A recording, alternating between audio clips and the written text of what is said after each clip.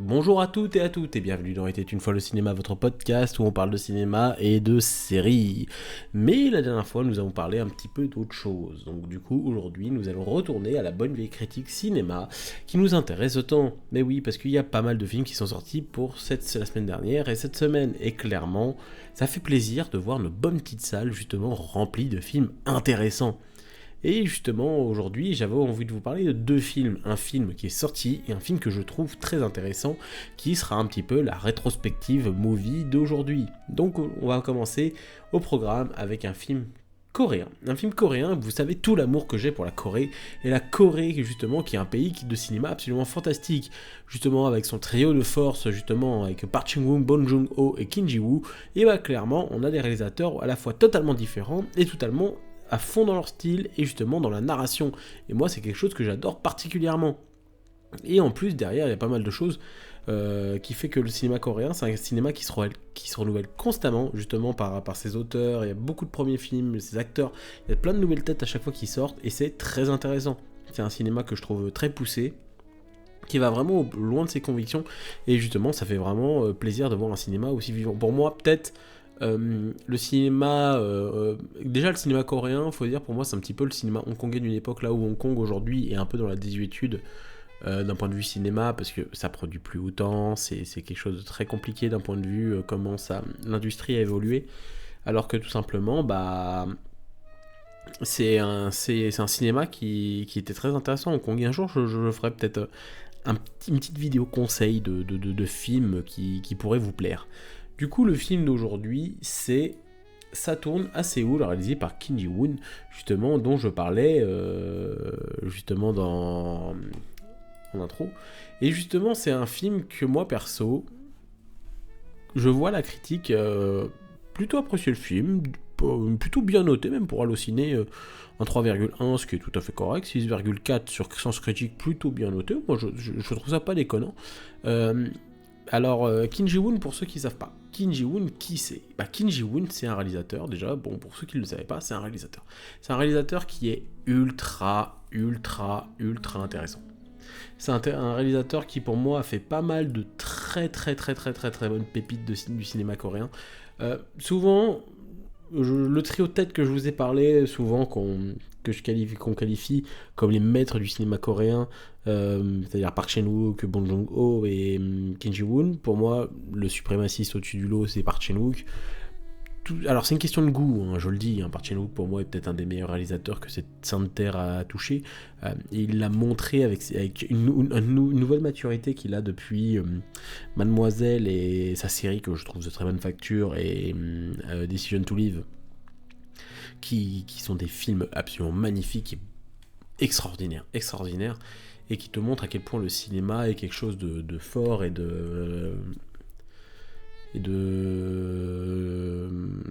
d'ultra sensoriel d'une certaine façon. Du coup, Kim Ji-woon, c'est un réalisateur justement qui est parti de plusieurs styles. De la comédie un peu noire avec The Quiet Family, qui est passé justement par le film d'action un petit peu à l'ancienne avec The Bittersweet, justement aussi de l'horreur avec Deux Sœurs qui est encore pour moi une très bonne claque et que j'ai eu la chance à revoir il y a quelques années en festival, avec justement aussi I Saw the Devil, J'ai rencontré le diable, qui est pour moi, qui est sorti en 2011, qui est son chef-d'œuvre, qui est pour moi un film d'une violence et d'une radicalité qui est très intéressant. Bien sûr, La Brute, Le Bon et le Cinglé, western un petit peu qui reprend pour le concept de l'idée de Léon, mais avec un côté humour beaucoup plus assumé, beaucoup plus grandi, guignol, que moi c'est un truc que j'aime beaucoup. Parce qu'elle a comparé le son de beaucoup de western spaghetti, le film reste quand même une vraie aventure de western, on se moque pas. On tient vraiment aux personnages qui sont c'est-à-dire on n'est pas sur le côté un peu genre Trinity qui moi a tendance un petit peu à me gonfler au bout d'un moment. Il a fait aussi The Edge of Shadow et d'autres films derrière qui ont bizarrement été beaucoup moins sortis, et je sais pas si c'est parce que le film parle de cinéma que ce film a eu plus d'écho, plus à Cannes aussi, c'est-à-dire que globalement, moi, Kim Ji-woon, c'est des trois, c'est celui-là que t'entends le moins parler, globalement, comparé à Park Chan-wook et Bong Joon-ho, qui sont quand même beaucoup plus en tête. Alors, c'est tout simple, je pense, parce que je sais pas si c'est peut-être le mec le moins bankable et tout ça, d'un point de vue des résultats ou autre chose, mais pourtant c'est un cinéaste qui est hyper intéressant, qui a une vraie patte visuelle, de recherche de volonté impactante, qui va à 100 à l'heure. C'est peut-être pour moi le cinéaste un petit peu, c'est un peu près. Si je devais le comparer un peu au nouvel Hollywood, Park Chan-wook, je serais beaucoup plus par exemple le Coppola. Alors que Bong Joon-ho plus le Spielberg et Kim Ji-woon pour moi serait plus le Scorsese. Dans l'idée, si je devais faire un comparatif. Alors, c'est des cinémas totalement différents, mais d'un point de vue énergie, on va dire, je trouve. D'énergie, de mentalité, tout ça. C'est pour que des gens qui sont pas aficionados puissent se dire, voilà, c'est intéressant. C'est un cinéma qui est très poussé, qui est très intéressant, moi que je continue à voir. Et pour moi, c'est toujours un plaisir de voir ce cinéaste ressortir un nouveau film. Et du coup, ça parle de quoi On tourne à Séoul? Et oui, parce que bon, c'est bien beau, mais il faut savoir de quoi ça parle. Du coup, c'est dans les années 70, le réalisateur Kim, bon, vous voyez le jeu, voilà, souhaite refaire la fin de son film Coward. Mais les autorités le censurent, les plaintes des acteurs, des producteurs ne cessent d'interférer et un grand désordre s'installe sur le tournage. Kim doit surmonter ce chaos pour pouvoir achever ce qui pensait être son chef-d'œuvre. Voilà. C'est un film ultra intéressant. Déjà avec son casting, que bon, c'est pour ceux qui sont pas aficionados du cinéma coréen, peut-être ne le verront pas. Mais il y a Song Kang-ho que vous avez vu notamment chez Park Chan-wook, que vous avez vu aussi chez Bong Joon-ho, notamment dans Parasite pour le grand public. Crystal Jong, justement, que je trouve très très très très juste. Jeon Yoo-bin. Là, on va y venir après aux acteurs, mais c'est incroyable, hein, globalement. Mais du coup, ça parle vraiment d'un film qui parle de cinéma. Dans les années 70, les années 70 en Corée, c'est très particulier. Je sais plus si c'est encore sous la dictature militaire ou si ça t'avais déjà l'ouverture. Je suis très mal calé sur cette période de l'histoire, donc je préfère pas me lancer pour pas dire de conneries. Voilà, globalement historique. Voilà, je vais me renseigner vite fait de viteuf, mais voilà, c'est juste histoire de pas dire de conneries, parce que j'ai pas envie de vous induire en erreur et vous dire non, c'est ça, alors que non, je me suis trompé. Voilà, donc je préfère des fois rien dire plutôt. Mais du coup, on est quand même dans une période où le cinéma, quand même, les autorités sont très très très présentes. Où justement, il y a cette charge justement anticommuniste, parce que liée au Nord, donc déjà l'aspect justement est très important. On a l'aspect du réalisateur qui s'appelle Kim, comme le réalisateur, justement qui a comme but d'amener une véritable œuvre justement à son paroxysme, là où tout le monde se moque que ça va être un film de merde, ça va être un film de merde, alors que c'est un film qui tente justement beaucoup de choses, justement, parce que c'est un film où on va voir en fait ce qui se passe sur le tournage, et c'est-à-dire le noir et blanc va être vraiment situé que pour le film. Et c'est ça qui est intéressant. C'est-à-dire qu'on a vraiment la couleur pour la réalité et le fantastique, le cinéma en noir et blanc. Et c'est pas anodin, parce que pendant très longtemps, pour ceux qui ne savent pas, le réel était en l'inversion justement de tout ça. C'est qu'aujourd'hui, justement, le fantastique, on peut le faire on le fait beaucoup en noir et blanc, alors qu'avant, le cinéma était fait pour les scènes réalistes, alors que la couleur était fait pour les films un peu plus fantastiques, un peu technicolor, comme Les Chaussons Rouges de Michael Powell, ou Le Monde Fantastique d'Oz, enfin Oz, qui rallié avec le premier des années 30, qui est en couleur, technicolor, et donc clairement, justement, tu as tout cet aspect de la fantastique, justement, où le cinéma parle. Et là, justement, il y a toujours cette inversion aussi de se dire, le noir et blanc pour la fiction, et la couleur pour la réalité, c'est-à-dire une réinsertion sur un code d'époque, mais moderne. Voilà, bon, alors ça tu me dis, ouais, tu cherches des trucs de ton cul, voilà, mais bon, globalement, c'est un peu près ce que je pense, et c'est comme ça que je le perçois, le truc. Le film est très intéressant. Le film est très intéressant sur ça, parce que moi, je trouve, c'est un cinéma en fait, c'est un film qui parle de cinéma, qui le fait avec beaucoup d'humour, en fait, de toutes les... Je trouve que c'est un des films les plus réalistes sur qu'est-ce que c'est une excentricité sur un tournage. Alors il y a plein de films sur le cinéma, des Hollywood Boulevard jusqu'à plein de films, grands films qui parlent du cinéma, mais c'est vrai qu'on en parle très peu du cinéma qu'il y a en Corée. Le cinéma qui est en Corée, justement, parce que on entend souvent parler du système hollywoodien, de comment ça se passe, mais c'est vrai qu'en France, on a eu quelques films qui parlent de ça, mais globalement, il n'y a pas beaucoup de films qui parlent dans d'autres pays. Le Japon, on en a eu quelques-uns. En Corée, il y a très peu de films qui fait une immersion cinéma. Et moi, je trouve ça intéressant. Justement, de ce réalisateur, voilà, qui se considère comme un imposteur, parce que justement, tout le long du film, on va apprendre que en fait, son premier succès n'est pas que de lui. Il a volé littéralement ce succès d'une certaine façon à son maître, qui avait cette excentricité d'aller dans le feu, justement, quitte à se brûler, aller au fin fond du cœur de son œuvre. Et en fait, qu'est-ce que c'est que le cinéma ? C'est l'excès de son œuvre, toujours l'amener toujours plus loin, l'amener toujours à une certaine violence, une certaine paroxysme. Et qu'à un moment, ce réalisateur se dit, je dois changer cette fin pour pouvoir en faire mon œuvre. Et c'est ça, une œuvre justement qui, pour moi, pourra surpasser son maître. Il y a ce côté très mentor qu'on veut surpasser, même si on le voit très peu. Et c'est ça que je trouve, c'est une thématique que je trouve très intéressant. Qu'est-ce qu'un réalisateur ? C'est prendre des décisions, c'est se pousser. J'aime beaucoup les personnages, justement, à côté de la productrice qui a qu'une envie, qui en idolâtre devant lui, qui dit non mais on va le faire, voilà, parce qu'elle est un peu punk et tout ça, ça montre une certaine jeunesse qui a envie de dépasser les barrières, un petit peu comme pouvait l'être d'une certaine façon la nouvelle vague hongkongaise, où en fait on sort des studios de la Shaw Brothers pour aller tourner dans la rue de manière des fois pas très légale, parce que les mecs des fois ils faisaient des scènes de gunfight, ils mettaient tout dans le camion en 2 spies et on traçait. Donc du coup c'était vraiment, voilà, il y a toutes ces thématiques là, personnages là qui est très intéressant, les acteurs stars justement qui ont leurs problèmes, qui sont même très liés à l'intrigue, et qu'à un moment le film a ce côté vraiment très très intéressant justement avec ces personnages, et les personnages de censeurs qui en fait sont des mecs qui connaissent pas le cinéma, qui sont soit des bourgeois alcooliques, ou soit des mecs qui simplement, mais par contre ils voient que quand ça joue mal, mais par contre ils savent pas ce que c'est un bon film, ils savent pas ce que c'est pousser un film.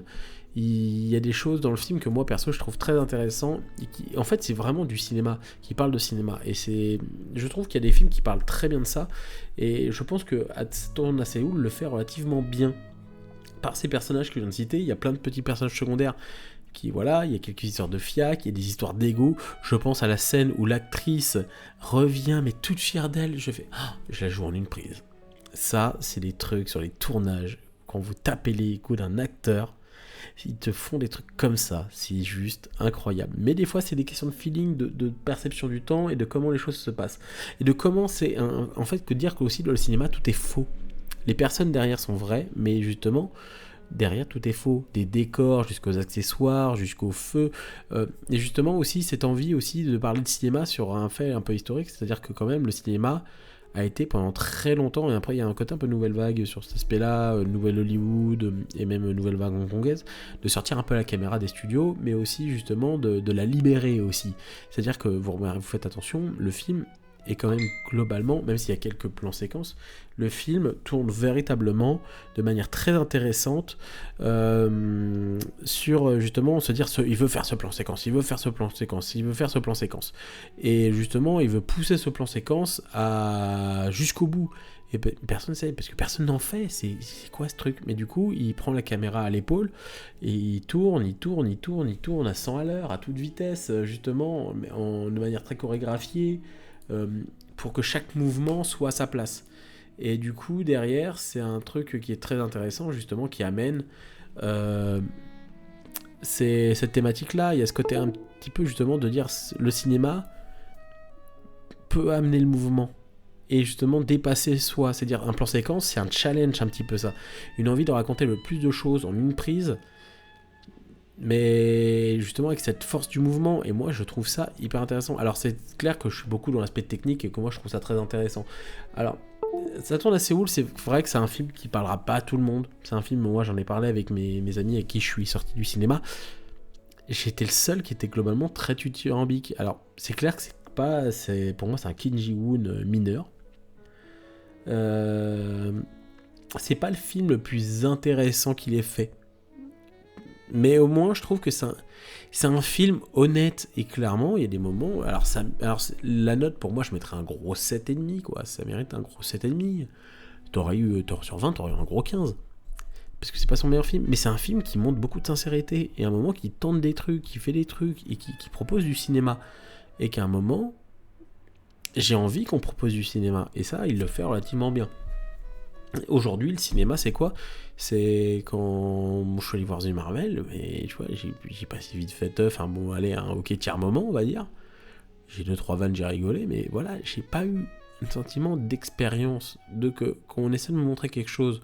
Le film dure 2h10, moi perso, j'ai pas vu le temps passer aujourd'hui, c'est qu'à un moment... je pense qu'après c'est global, aujourd'hui, on a de moins en moins de capacité de concentration, comparé à une époque où aujourd'hui, maintenant, le téléphone, perpétuellement, plein de choses, et qu'en fait, maintenant, en 2 heures, on fait c'est long aujourd'hui, alors que... Après, après, peut-être le film aurait mérité d'être raccourci pour certaines choses, mais globalement, c'est une œuvre que je trouve, voilà, où le temps se justifie plutôt bien. C'est ma perception de la chose, j'espère que vous irez le voir en salle, il est disponible, cette semaine, il est sorti mercredi dernier, donc n'hésitez pas à aller le voir. Et en petit film de la semaine, j'avais envie de changer d'air. Nous allons partir du côté de la France. Et oui, on va voyager en 86.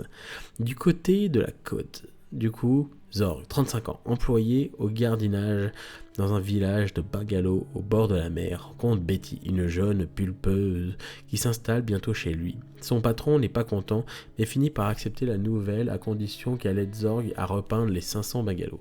Alors je pense que clairement ce résumé ne résume pas très bien le film, c'est dommage parce que voilà, mais du coup c'est plus que Zorg et Betty vont partir sur une longue fougue d'amour.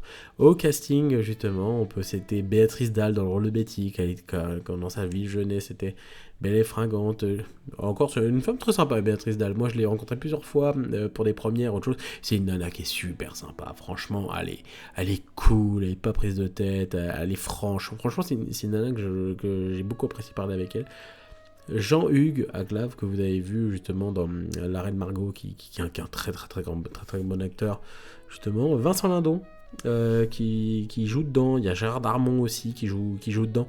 C'est un très beau casting, un très beau film réalisé par Jean Benex, Jean-Jacques Benex, qui est un réalisateur qui est très intéressant en France, qui a fait partie, on va dire, on appelait ça, de la critique appelait ça la mouvance du look, on va dire, avec des Besson, des Benex et tout ça, qui partait dans cet esprit justement de faire une image très esthétisée.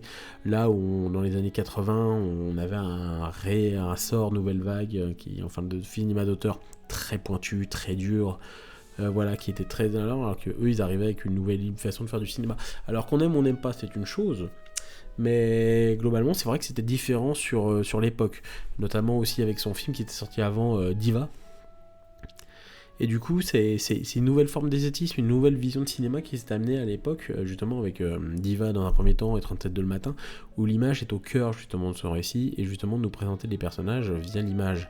Et c'est quelque chose que je trouve tout à fait viable, justement, où c'est un cinéma qui nous met une véritable histoire d'amour très tendre entre Béatrice, qui joue Betty, et justement Zorg, justement qui sont dans une envie de vivre, une envie de montrer une jeunesse, enfin des trentenaires et une jeunesse justement qui a envie de vivre d'un 100 à l'heure, le cœur qui bat, libre, et d'aller toujours de l'avant malgré la difficulté du cœur et des sentiments, et à quel point le cœur peut être quelque chose de fragile et quelque chose la santé peut être quelque chose qui est très tangible, et c'est pour ça qu'il est magnifique de profiter de chaque moment justement qu'il nous accorde.